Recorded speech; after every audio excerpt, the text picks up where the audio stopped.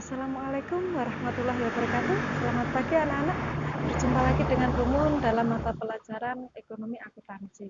Kalau kemarin kita mempelajari tentang persamaan dasar atau PEDAS, setelah itu kita ke ikhtisar. Hari ini Bu Mun akan menyampaikan tentang jurnal umum. Jadi bedanya kalau persamaan dasar pada ikhtisar kemarin itu kan akun modal seperti beban, pendapatan, pref, dan lain sebagainya itu kan dicoret diganti menjadi modal. Pada jurnal umum ini fungsi mereka dikembalikan. Jadi ketika ada pendapatan, ada beban, ada modal, maka tetap ditulis beban, modal, pendapatan dan seterusnya. Seperti itu ya. Jadi untuk materi jurnal umum ini akan saya sampaikan berupa contoh soal. Ini juga ada di LKS anak-anak. Jadi silahkan disimak materi yang akan. Oke anak-anak, hari ini kita akan mempelajari tentang jurnal umum. Kalau kemarin kita mempelajari tentang persamaan dasar dan ikhtisar, sekarang kita mempelajari jurnal umum. Bedanya adalah di akun pengubah modal, tahap awal siklus akuntansi adalah pencatatan. Jurnal adalah catatan tentang pendebitan dan pengkreditan secara kronologis. Secara kronologis itu berarti sesuai tanggal. Jadi yang tanggalnya awal ya tetap tempatnya di awal. Secara kronologis dari transaksi akuntansi sebelum dibukukan dalam buku besar. Jadi nanti setelah di jurnal umum nanti akan ditulis lagi diringkas di buku besar seperti itu ya. Jurnal umum disebut juga Book of Original Entry atau buku catatan pertama karena memang ya catatan jurnal umum dulu baru buku besar dan seterusnya, pelaporan dan lain sebagainya ya. Jurnal juga sumber data transaksi dan informasi yang ditampung dalam akun buku besar. Pastilah, karena kan adanya buku besar kalau sudah mengerjakan jurnal umumnya, dicatat sesuai tanggalnya. Misalnya membeli peralatan tanggal ini, berarti dicatat sesuai tanggalnya, seperti itu. Fungsi jurnal umum yang pertama adalah mencatat, tentunya itu tadi ya, transaksi keuangan. Setelah itu fungsinya sebagai historis karena kan catatan awalnya di jurnal umum. Jadi misalnya ada pertanyaan di belakang, adanya tidak sesuai di belakang, nanti bisa dicari di jurnal umumnya. Kesalahannya di mana? Oh, tanggal sekian belum dimasukkan. Oh, tanggal sekian keliru memasukkannya. Itu semua ada di jurnal umum karena jurnal umum itu awalnya pencatatan itu. Selanjutnya adalah adanya analisis. Analisis itu hasil analisa petugas akuntansi. Ya, pasti itu. Jadi paling awal ini tidak boleh salah. Nanti kalau dari awal salah, otomatis sampai belakang juga akan tetap salah. Sebagai instruksif. Instruksif itu adalah untuk perintah. Maksudnya perintah itu memerintahkan kalau sudah jadi jurnal umumnya berarti dibuat ke buku besar atau tahap selanjutnya seperti itu. Sebagai informatif maksudnya memberikan keterangan dengan jelas karena di jurnal umum itu ada tanggal, terus ada keterangan, berarti yang awal ditulis awal, yang akhir ditulis akhir, seperti itu ya.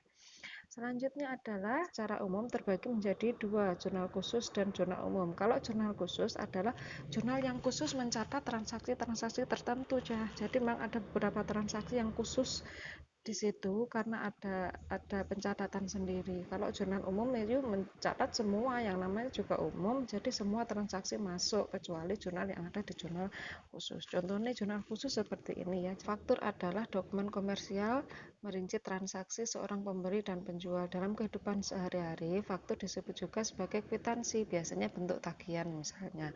Terus faktur penjualan, pembelian dan lain sebagainya. Itu ditulis nomor fakturnya nomor berapa dimasukkan ke sini, itu jurnal khususnya.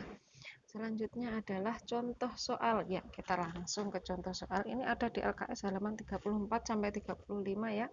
Itu dia mempunyai uang tunai, piutang jasa, perlengkapan dan peralatan. Jadi ini awal modalnya seperti itu. Terus dibayar sewa gedung berarti masuk pada beban sewa. Selanjutnya pemberian peralatan secara kredit berarti utang ya kan. Terus dibayar beban iklan berarti masuk beban iklan. Membayar angsuran utang. Jadi sebelumnya dia sudah punya utang pada toko sinar. Terus dibayar beban gaji berarti masuk beban. Diterima pendapatan berarti pendapatan seperti biasa. Kita langsung ke ya, ini dari soal tadi ya. Aduh, kecil-kecil sekali, enggak apa-apa ya. Oke. Yang pertama tanggal 1 Oktober. Tanggal 1 Oktober itu ada uang tunai piutang jasa, perlengkapan, dan peralatan. Ini jadi satu, Bu. Iya, jadi satu. Itu akunnya debit semua. Kas bertambah 5 juta, piutang 300.000. Terus perlengkapan 7 juta kita masukkan, kita total sama dengan 22.300. Kan dasarnya adalah debitnya kas, piutang, perlengkapan, peralatan, pengaruhnya ada pada modal. Pada tanggal 2 Oktober disewa, bayar sewa gedung, berarti masuk pada beban. Di situ berarti beban sewa pada kas. Tanggal 4 Oktober pembelian peralatan salon secara kredit. Kredit itu berarti utang. Utang bertambah, tempatnya di kredit. Apa yang bertambah, Bu? Peralatan lah, kan dia membeli peralatan, berarti peralatan bertambah, tempatnya di debit. 6 Oktober dibayar beban iklan. Beban iklan berarti masuk ke sini ya. Beban iklan pada kas. Kenapa? Karena ketika kita membayar beban kan pakai uang, berarti mengurangi kas karena bentuknya uang, seperti itu ya. Selanjutnya pada 10 Oktober membayar angsuran utang, berarti membayar angsuran utang. Logikanya bayar utang, berarti utangnya kita membayarkan pakai duit tuh, berarti kasnya juga berkurang, tempatnya di kredit. Oke, selanjutnya tanggal 15 Oktober dibayar beban gaji, berarti beban gaji karyawan pada kas. Kita kan bayarnya pakai uang, berarti kasnya berkurang. Selanjutnya tanggal 16 diterima pendapatan, berarti diterima pendapatan kan ada duit masuk kan, Cah? Ada duit masuk, berarti otomatis kan kasnya bertambah. Kas bertambah, tempatnya di debit. Apa kreditnya, Bu? Kalau kemarin itu kreditnya adalah modal, sekarang karena ini adalah unit pendapatan kan dikembalikan lagi fungsinya menjadi pendapatan, ya ditulis pendapatan bertambah, tempatnya di kredit. Selanjutnya adalah tanggal 27 Oktober dibayar rekening listrik telepon. Nah, ini menjadi apa nggak ditulis modal? Kalau dulu kan ditulis modal, iya, kalau di persamaan dasar itu akan menjadi modal karena beban kan akun. Tapi pada jurnal umum fungsinya dikembalikan lagi, jadi tetap menjadi beban sesuai dengan sesuai dengan transaksinya tadi. Membayar listrik berarti beban listrik kalau di jurnal umum itu.